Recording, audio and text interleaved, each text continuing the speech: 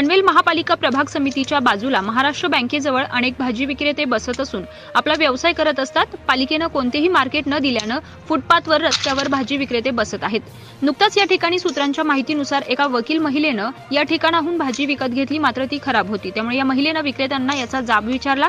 याचा राग धरून या ठिकाणी भाजी विक्रेत्या महिलांनी या वकील महिलेस मारहाण केल्याची घटना नुकतीच घडली आहे। त्यामुळे प्रभाग समिती ड अधिकारी रोशन माळी यांनी या ठिकाणी असलेल्या भाजी विक्रेत्यांना बसण्यासाठी मज्जाव केलाय। मात्र या ठिकाणी हप्तेखोरी पालिकेकडून केली जात होती अशी माहिती काहींनी दिली। तसेच नुकतेच आता वॉर्ड ऑफिसच्या मागील बाजूस अनधिकृत मार्केट तयार झालेलं आहे।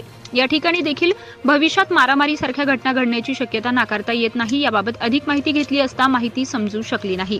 अशाच ताज्या अपडेट्ससाठी आजच कोकण संध्या न्यूजला सबस्क्राइब करा। पनवेल, नवी मुंबई आणि रायगड जिल्ह्यातील ताज्या बातम्या आणि नवीन घडामोडी पाहण्यासाठी सबस्क्राइब करा कोकण संध्या न्यूज चॅनल आणि दाबा बेल आयकॉन।